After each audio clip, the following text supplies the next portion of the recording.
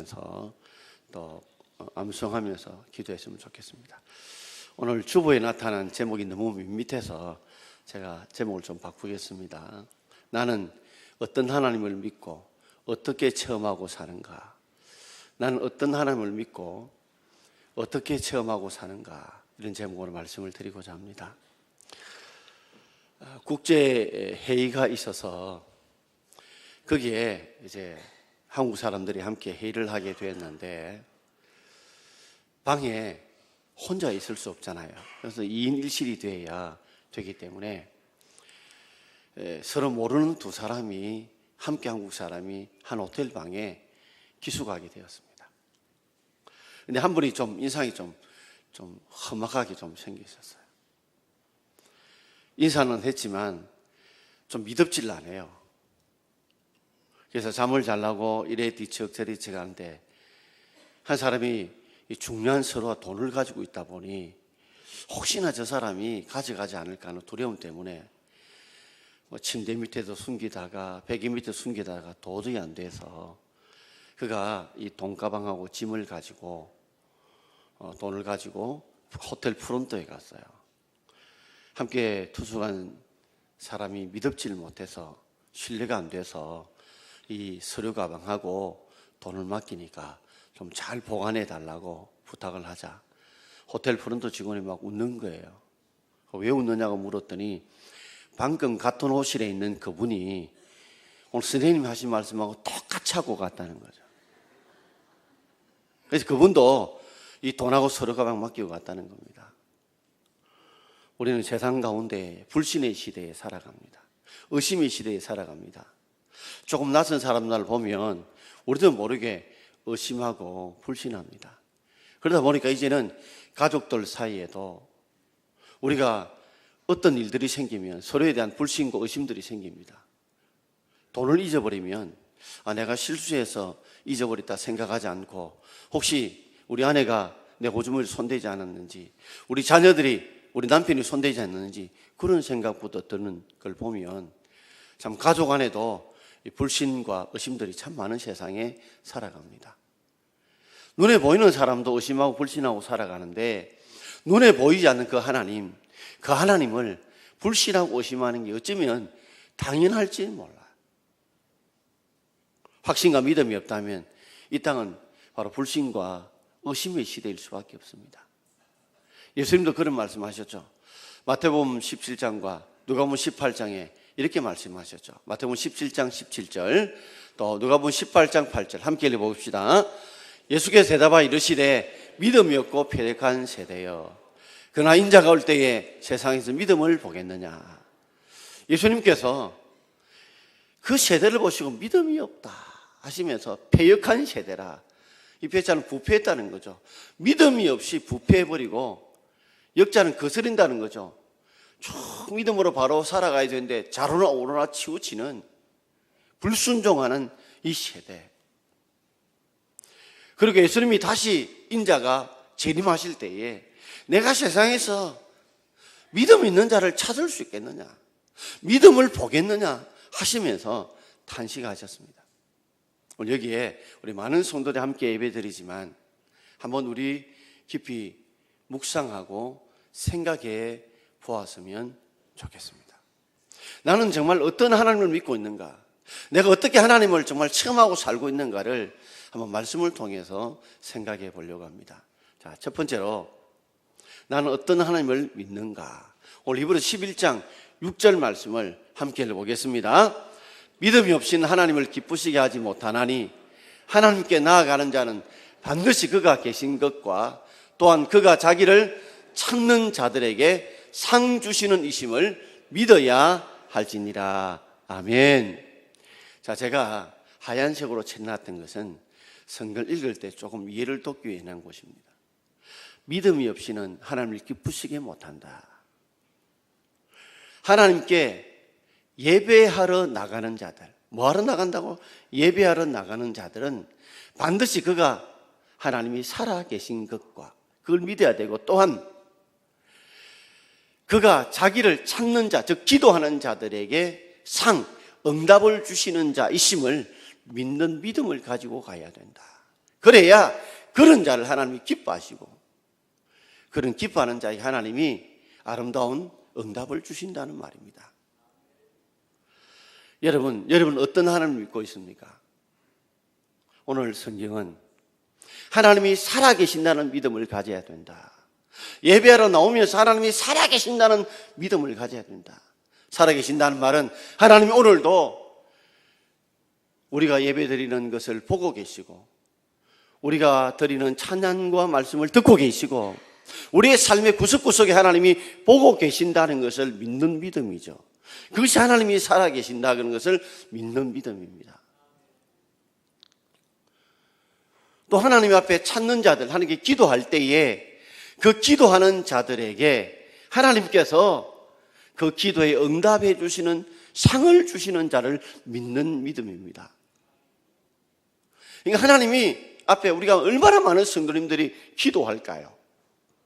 수많은 사람들이 기도해도 하나님 오늘 살아계셔서 그 기도를 들으시고 기도하는 모습을 보시면서 그 기도에 상을 베푸시고 응답하시는 전능하신 하나님이다 하는 사실을 믿어야 된다는 말입니다. 여러분 그런 하나님을 믿고 계시나요? 오늘 많은 사람들이 이 말씀을 기록해 놓고 있는 이유는 하나님께 예배로 나오지만 하나님이 살아계신다는 것을 믿지 않고 하나님 앞에 기도하러 나오지만 하나님께서 우리의 기도를 들으시고 그 기도에 상 주시고 응답 주신다는 확신이 없는 사람들이 많다는 것을 우리에게 역으로 깨우쳐주고 있다는 말이에요. 자, 그런데 제가 오늘 이 6절을 읽으면서 또 다른 생각이 하나 번쩍 스쳐 지나갔어요. 히브리 11장은 알다시피 믿음장입니다. 믿음으로 하면서 믿음의 사람들의 어떠한 믿음들을 열거해 놓고 있는데 오늘 믿음의 내용을 유익을 이야기를 하면서 히브리 11장 1절 2절 앞에 기록해 놓지 않고 이 6절 앞에 믿음의 두 사람을 언급하고 있다는 거예요. 4절에 보게 되면 아벨은 가인보다 더 나은 믿음으로 하나님 앞에 예배를 드리고 제물을 드렸던 이야기를 언급하고 있고 5절에 보게 되면 에녹은 하나님과 동행하면서 그리고 죽음을 맛보지 않고 하나님 올라갔던 그 믿음을 언급해 놓고 있으면서 그 다음에 6절에 믿음 없이는 하나님을 기쁘시게 못한다. 하나님께 예배하러 나간 자는 하나님이 살아계신 것과 그가 자기를 찾는 자에게 기도하는 자에게 상을 주시는 이심을 믿어야 한다는 이 믿음의 내용과 유익을 기록해 놓고 있다는 말이에요. 그렇다면 이 6절이라는 말씀은 이미 4절의 아벨의 믿음과 5절의 에녹의 믿음에 대한 그 내용을 정리해 놓고 있다는 것을 우리가 알 수 있다는 말이에요. 아벨은 어떤 사람입니까? 아벨에는 형이 있었습니다. 그 형의 이름은 가인입니다. 아벨은 양치는 목동이었고 가인은 농사 짓는 농부였습니다. 그래서 때가 되면 하나님 앞에 예배를 드리고 제물을 바쳤습니다. 창세기 4장에 보면 하나님께서 동생이었던 아벨은 아벨과 그 제물은 하나님이 기쁘게 받으셨지만 가인과 그 제물은 받지 않으셨습니다. 그러니 가인의 마음이 불쾌했습니다. 시기심이 생겼어요. 동생 때문에 하나님이 나의 예배를 받지 않으시고 나의 제물을 받지 않으신다. 이런 시기심 때문에 그것이 미움으로 번져서 아무도 없는 곳에 가서 이 가인이 동생을 죽입니다. 그러자 하나님께서 가인을 부르십니다. 자, 창세기 4장 9절과 10절 함께 읽어봅시다. 여호와께서 가인에게 이르시되 내 아우 아벨은 어디 있느냐? 이르시되 내가 무엇을 하였느냐? 내 아우의 피소리가 땅에서 내게 호소하느니라. 하나님께서 가인을 부르십니다. 아벨을 죽인 가인을 부르시면서 내 아우 아벨이 어디 있느냐라고 물으셔요. 그러니 가인이 가슴이 뜨끔하지 않겠습니까? 그래서 9절 끝에 보게 되면 내가 아벨의 보호자입니까? 내가 그를 책임져야 됩니까? 어디 있는지 내가 알아야 됩니까? 이렇게 변명을 해요. 그래서 하나님 한 번 더 물으시죠. 너가 무엇을 하였느냐? 너가 무엇을 하였느냐? 하면서 내아우의 핏소리가 땅에서 내게 호소하느니라. 내아우의 핏소리, 죽으면서 그저 고함 질렀던 그 핏소리, 그리고 땅에서 피가 적셔 있겠죠. 그 핏소리가 내 귀에 들렸다는 거예요. 내게 호소한다는 거죠. 내 억울함을, 이 내 원통함을 좀 풀어달라는 그 소리가 들린다는 거죠. 여기서 뭘 우리에게 하나님이 어떤 분인 걸 보여줘요. 하나님 오늘도 이 가인이 아무도 모르는 곳에 지도새도 모르게 아벨을 죽였지만 하나님은 그 현장을 보고 계시고 그 소리를 듣고 계시는 살아계신 하나님이라는 사실을 우리에게 보여주고 있다는 말이에요.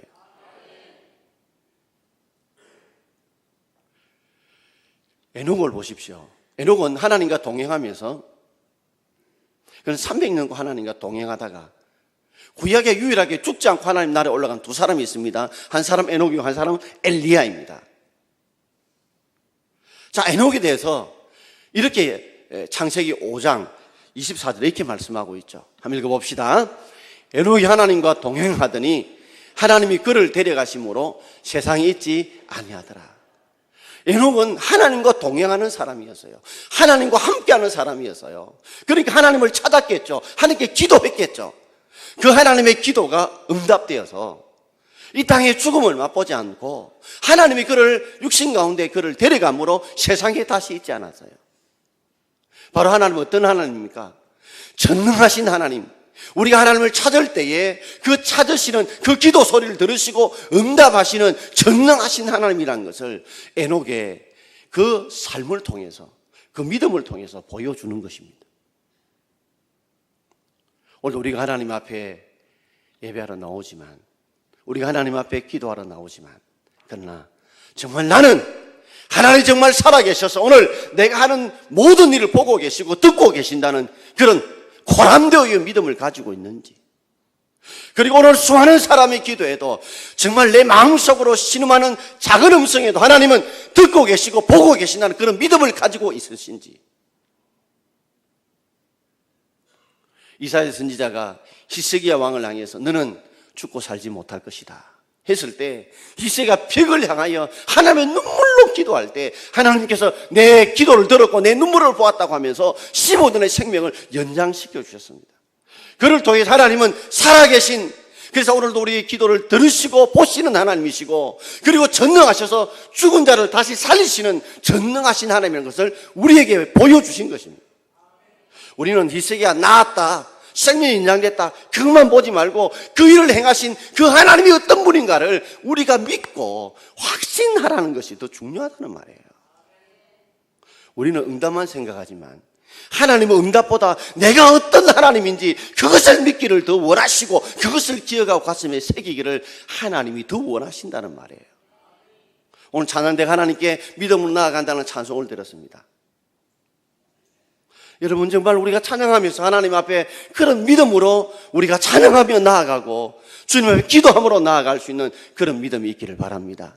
물론 찬양을 통해서 사람들에게도 은혜를 끼쳐야 되지만 무엇보다 하나님이 보고 계시고 듣고 계신다는 그 믿음을 가지고 찬양할 때에 그때 하나님께서 기뻐하시고 그 찬양을 통해서 영광을 받으시고 우리에게 은혜를 베풀어 주시는 줄 믿습니다. 자, 두 번째로, 그렇다면 나는 어떻게 하나님을 체험하고 살아가느냐는 것입니다.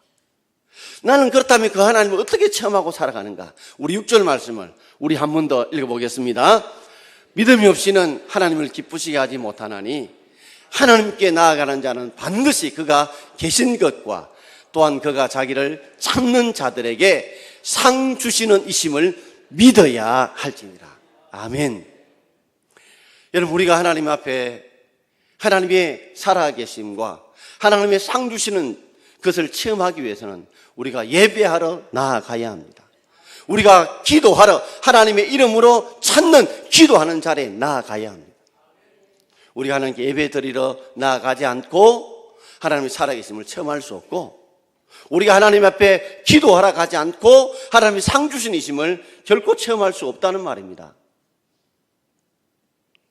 우리가 예배하러 나아갈 때에 그때 하나님의 살아계심과 우리가 기도하고 찬양하러 나갈 때에 그때 찾을 때 하나님은 우리에게 상 주신 이심을 체험케 해 주신다는 말입니다.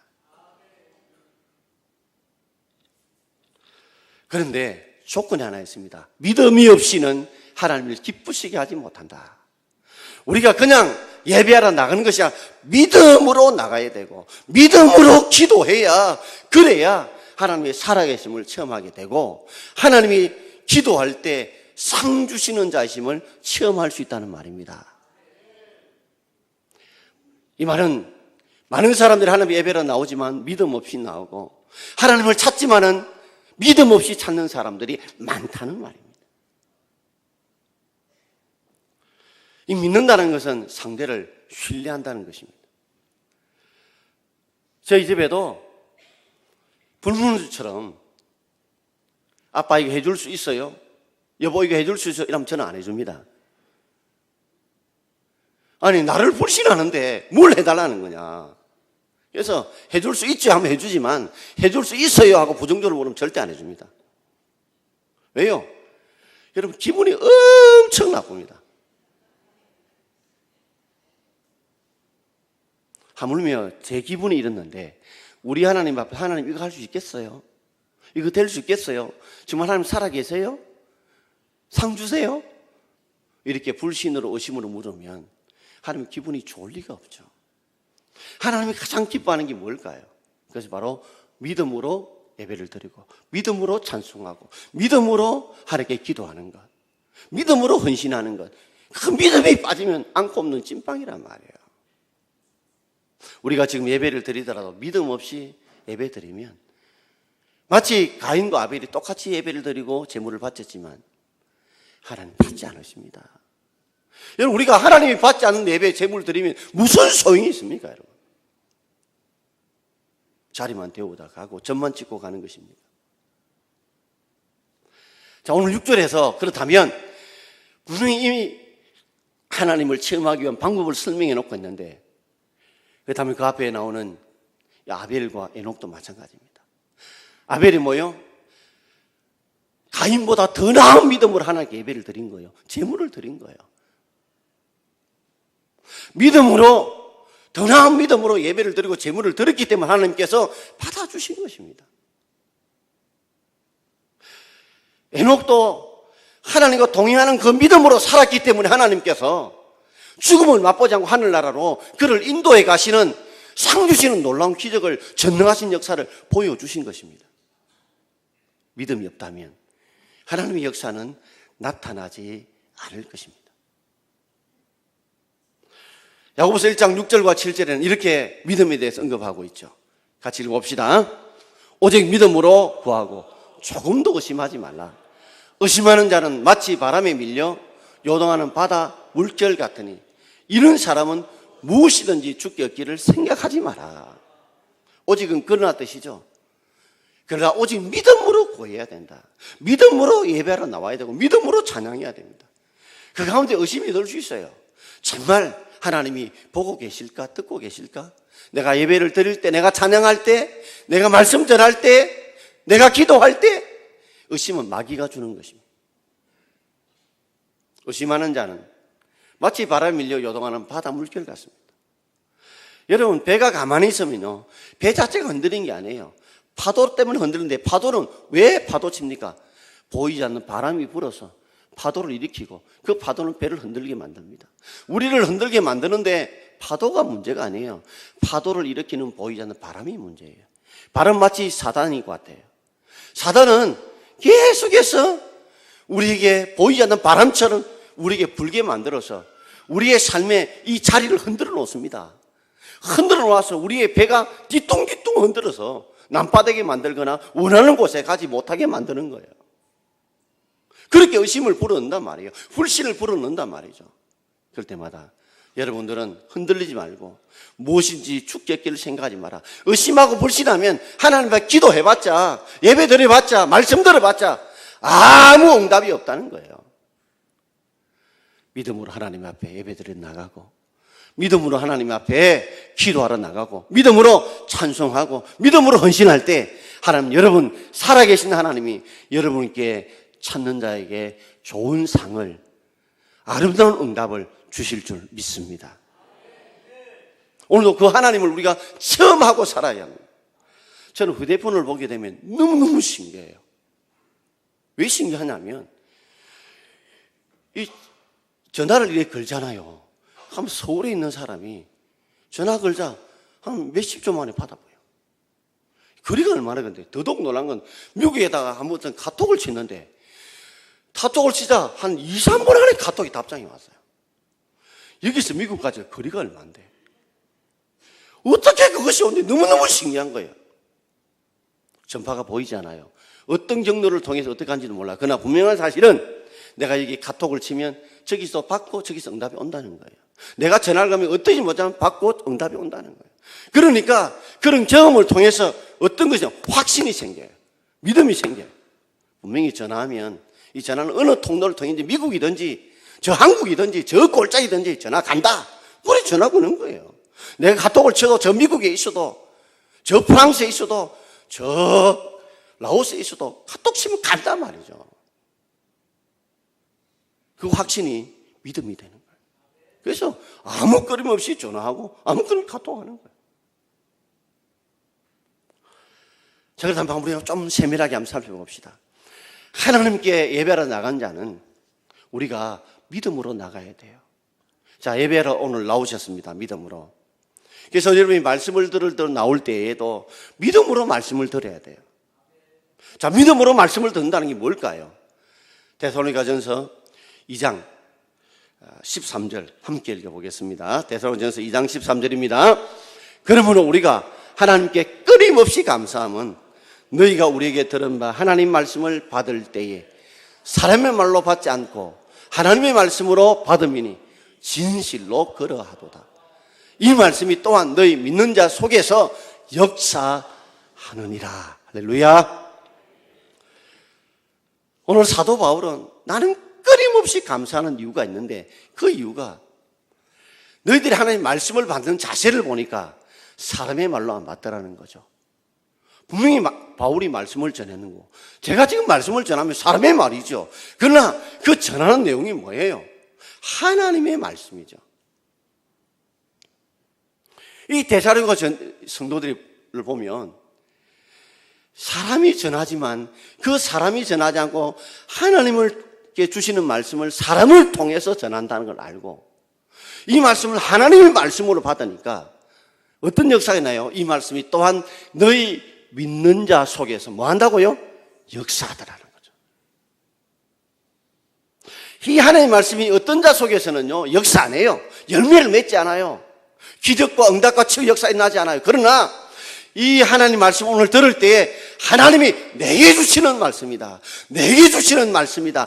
하나님의 말씀이다. 받을 때에 그렇게 믿는 자의 마음 속에서는 이 말씀이 혼과 영과 관절 골수를 찌를 쪽에는 하나님의 능력의 말씀으로 임하여지고 역사가 나타난다는 말이에요. 그 말씀의 씨가 죽은 씨앗이 아니라 살아있는 씨앗으로 열매를 맺게 된다는 말이에요. 오늘 우리가 귀한 시간 정말 쪼개어서 우리가 예배 드리러 왔지 않습니까? 저는 우리 성도님들이 적어도 주일 예배에 좀 이런 포커스를 맞춰야 될 것 같아요.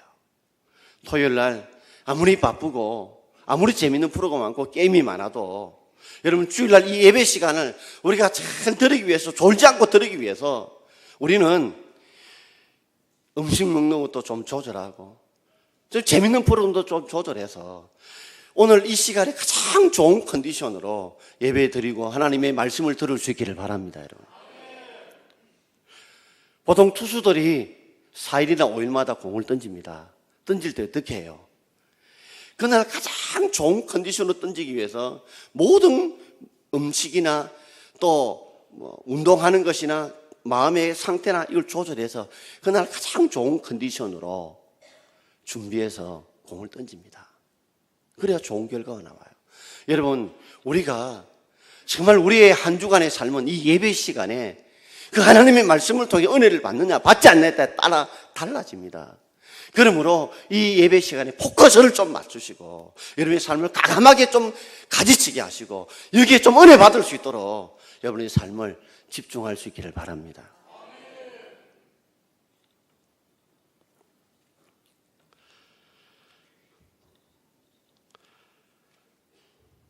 독일의 유명한 신학자인 칼 바르트의 제자였던 목사님이 담임하는 교회에 스승이요 신학자인 칼 바르트가 예배를 드리러 갔습니다.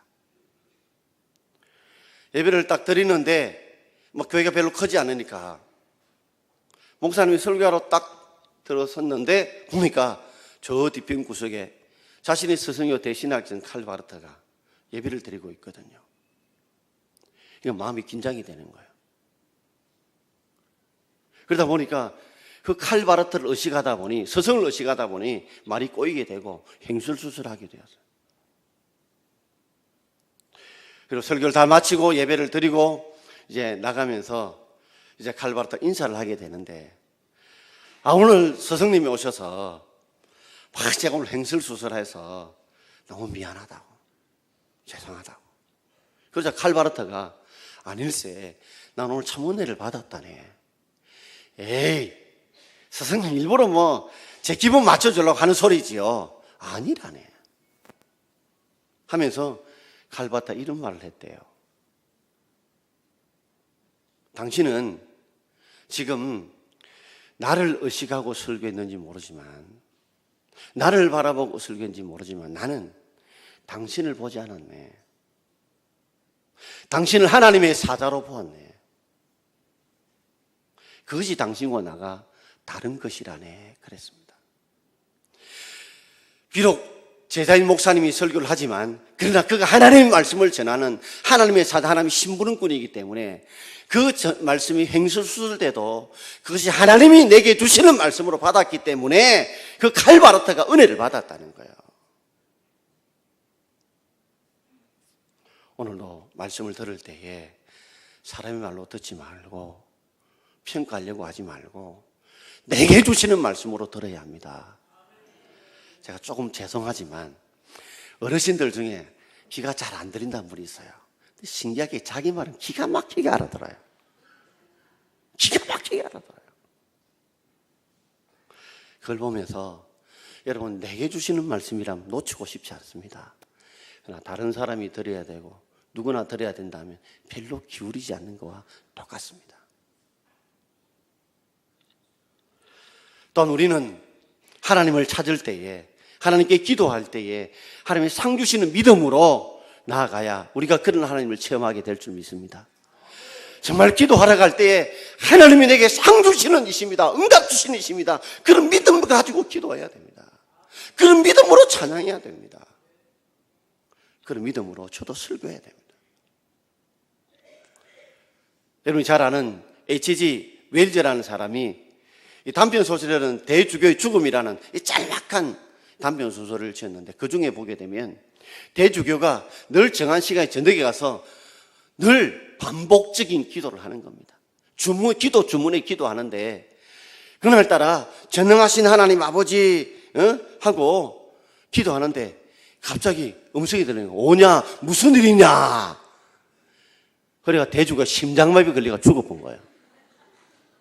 왜냐하면 자신이 기도해도 하나님이 듣는다, 살아계셔서 듣는다, 보신다는 믿음이 없어 기도하다가 갑자기 오냐, 무슨 일이냐, 이걸 듣고 놀래가지고 죽었다는 거예요. 이 단편 소설에서 우리에게 뭘 꼬집어 주고 있는 것입니까? 많은 사람에게 기도해도 하나님이 살아계시고 내 기도를 보시고 들으신다는 믿음 없이 기도하는 사람이 많다는 거예요. 그러나 오늘 여러분들은 하나님께 나아갈 때 반드시 하나님이 살아계시고 우리의 기도를 들으시고 그래서 보셔서 하나님이 자기를 찾는 자에게 상을 주신 자이심을 믿음의 체험들이 있기를 바랍니다. 과거 이하여대 교수로 있었던 이현우 교수님이라는 분이 계십니다. 이분은 고등학교 때 세례를 받았지만 성경 말씀이 믿어지지 않더라는 거예요. 그러다가 허지부지 신앙생활 하다가 나중에는 교회도 멀리하고 하는데 멀리하게 되었어요. 그러다가 간암에 걸리게 되었습니다. 다행히 암이 한쪽으로 몰려 있어서 이 간암 수술을 받게 되었어요. 그리고 1년 만에 재발을 하게 되었습니다. 이 간암이 폐로 전이될 뿐만 아니라 이 겨드랑이, 이 목, 폐, 눈까지 올라가 버렸어요. 간암 사기로 더 이상 수술이 안 되는, 이 전이가 너무 많아 수술이 안 되는 상황이 오게 된 겁니다. 자신이 대학 교수라고 자랑했던 그 직분이, 자신이 많은 지식을 가졌다고 하는 그 지식이, 자신이 가지고 있던 재산이 자신의 남편과 자식들이 자기 아무것도 해줄 수 없는 거예요. 심지어 그 유명한 병원도 의사도 자기의 병을 수술조차 할 수 없는 상황이 된 겁니다.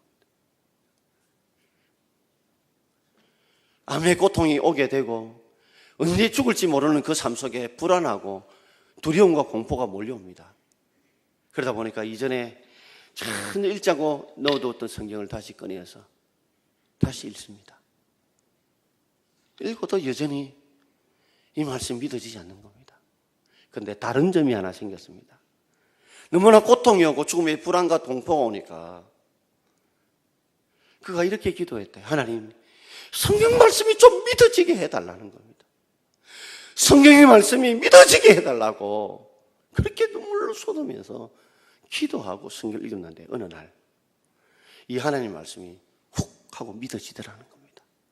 여러분, 우리가 노력한다고 믿는 게 아니에요. 우리는 믿고 싶다고 간절히 소원하고 기도할 뿐이지 믿게 해준 건 하나님이 믿게 해주셔야 될 줄 믿습니다. 믿음은 믿는다는 건 수동태입니다. 수동태. 내가 사모하고 갈급할 뿐이지 믿게 해주신 건 성령 하나님이 믿게 해주신 것이 내가 믿습니다 체면 건다고 믿어지는 것이 아니라는 거예요. 그러나 우리가 갈급하는 자에게, 정말 사모하는 자에게 하나님은 마음을 열린 자에게 믿어지게 하는 은혜와 복을 주시는 것입니다. 말씀 믿어지면서 성경이 계속 다르고, 그러면서 그 죽음의 고통과 두려움보다는 어느 틈인가 자기 속에 언젠가 한 번 왔다 한 번 가는 인생이지만 내가 영원한 저 천국에 갈 수 있다는 믿음이 생겼어요. 그리고 죽음의 날짜가 가까이 오는데 괜히 몸이 더 좋아지고 컨디션이 좋아지더라는 겁니다. 하나님 주신 은혜인 줄 알고 그저 있다가 이제 검사를 다시 받았는데 간뿐만 아니라 눈에 있던 모든 암들이 없어졌다는 거예요. 할렐루야. 이게 제가 실명을 거론한 겁니다. 안 믿을까 싶어가지고. 그분이 그런 말을 했어요. 성경을 믿었더니 하나님이 내 병을 고쳐주시더라. 할렐루야. 우리가 하나님의 말씀을 우리가 정말 믿을 때에, 그 믿음을 가지고 믿을 때에 하나님께서는, 살아계신 하나님이, 오늘 보고 계시고 듣고 계신 하나님께서 친히 찾아오셔서 불가능을 가르쳐 하실 이 전능하신 하나님께서 그의 모든 질병을 고쳐주신 것입니다. 지금 자녀들이 예수를 믿지 않고, 남편이 예수를 믿지 않고, 아내가 예수를 믿지 않는 그런 상황이 있거나, 또 여러 가지 삶에 정말 내 힘으로 해결할 수 없는 산적한 문제들이 있다고 할 때, 여러분 정말 믿음으로 하나님 앞에 기도하러 나가시기를 바랍니다. 정말 사마음으로 기도하고 나가보십시오. 그러면 하나님이 오늘도 살아계셔서 여러분이 기도하는 것을 보고 들으실 뿐만 아니라 그 하나님께서는 반드시 하나님께서 좋은 상을, 놀라운 응답을 주실 줄 믿습니다. 제가 우리 부교육자들에게 한 번씩 종례할 때마다 이런 이야기를 합니다. 우리가 한 10여 년 전에 교회를 전체 리모델링과 정축을 하게 되었습니다. 그때 우리 교회 안 내부만 정축을 하기로 헌금을 했습니다. 제가 기억하기에는 약 4억 한 5천 정도 이 안에 헌금이 나왔습니다. 근데 당에서 언호하기를 좀 앞에 지금 예배당 로비 부분을 정축하고 또 전체를 좀 리모델링 하자는 의견이 있었습니다. 처음에 한 15억 정도 든다고 했습니다. 또 17억 좀 든다고 했어요. 그럴 때 여러분, 우리 헌금 2번 하지 않았습니다. 한 번 하고, 우리가 선택했던 것은 200일 특별 새벽 기도를 했습니다. 그때 교육관의 지하와 1층에 정말 미어터지도록 사람들이 많이 함께 기도했습니다. 정말 뜨겁게 눈물로 기도했습니다. 그때 기도하는 중에 기억나시나요? 제 마음속에 많은 사람들이 제게 물었습니다. 내 마음속에, 너가 그 빚을 갚을 수 있겠느냐? 목사님, 그럼 헌금 다시 안 하면 그 빚을 어떻게 갚을 겁니까? 알다시피 우리 교회에 넉넉한 분이 많지 않지 않습니까? 연세 드신 분도 많으시고 생활도 빡빡하신 분들이 많습니다. 우리는 진짜 하나님 앞에 200일 특별 새벽 기도했습니다. 그 기도하는 중에 제 마음속에 짧으면 3년, 길면 5년 안에 갚을 수 있겠다는 마음의 확신이 온 거예요. 그런데 이게 내가 뭔가 너무 그걸 믿고 싶으니까 지금 체면 걸려서 믿고 싶은 것으로 이 생각이 되어서 고백할 수가 없었어요. 계속 새벽마다 기도하는 성령께서 감동을 주시는 것입니다. 네가 밝혀라는 거죠. 강제상 고백해라는 거죠. 목사님, 하나님, 그러다가 만약에 안 되면요, 제 목 날아가는데, 거짓말 하는 게 되는데.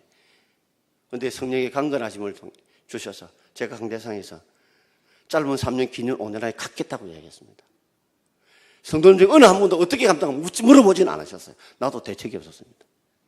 우리 5년 좀 지나서 우리 빚 구국하고 모든 빚을 다 갚았습니다, 여러분. 지금 이 공사 비용이 한 23억 가까이 들었습니다. 어떻게 갚은지는 모릅니다. 그러나 분명한 것은 그 이후에 교회가 굉장히 수적으로 영적으로 성장하게 되었다는 거죠. 그리고 지금도 빚 없이 우리가 이렇게 하나님 일을 할 수 있도록 하나님이 도와주신 것입니다.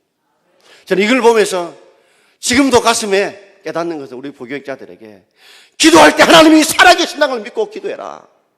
그리고 믿음으로 기도하면 하나님이 상 주시는 걸 믿고 기도해야 된다. 우리는 갱가리처럼 기도하지 말고 오늘 하나님이 살아계셔서 불꽃 같은 눈동자로 기도하시는 걸 들으시고 보신다는 그 믿음을 가지고 여러분이 하나님을 찾을 때에 반드시 하나님은 전능하신 분이기 때문에 우리가 알지 못하는 크고 비밀한 일을, 은밀한 일을 우리에게 상으로 보여주실 줄 믿습니다, 여러분. 지금이 얼마나 어려울 때입니까? 이 어려울 때이기 때문에 더 하나님의 도움이 필요하고 얼마나 절박하기 때문에 하나님의 은혜가 더 필요한 시대가 아닙니까? 이럴 때 인간의 머리를 짜내지 말고 인간의 무엇을 하려고 하지 말고 하나님이 살아계신다는 걸 믿으시고 예배 자리에 나오시고 믿음으로 나오시고 또 하나님께 찬양을 하든 기도하든 말씀을 전하든 말씀을 듣든 무엇을 하든지 간에 하나님이 상 주시는 이심을 우리가 믿고 기도할 때 살아계신 그 하나님께서 상 주시는 역사를 여러분께 체험시켜 주심으로 그 체험이 살아있는 믿음을 통해서 하나님의 인격적인 만남이 되고 우리 삶의 더 풍성함을 체험할 수 있는 은혜가 있기를 주의 이름으로 축원드립니다. 아멘. 기도하겠습니다.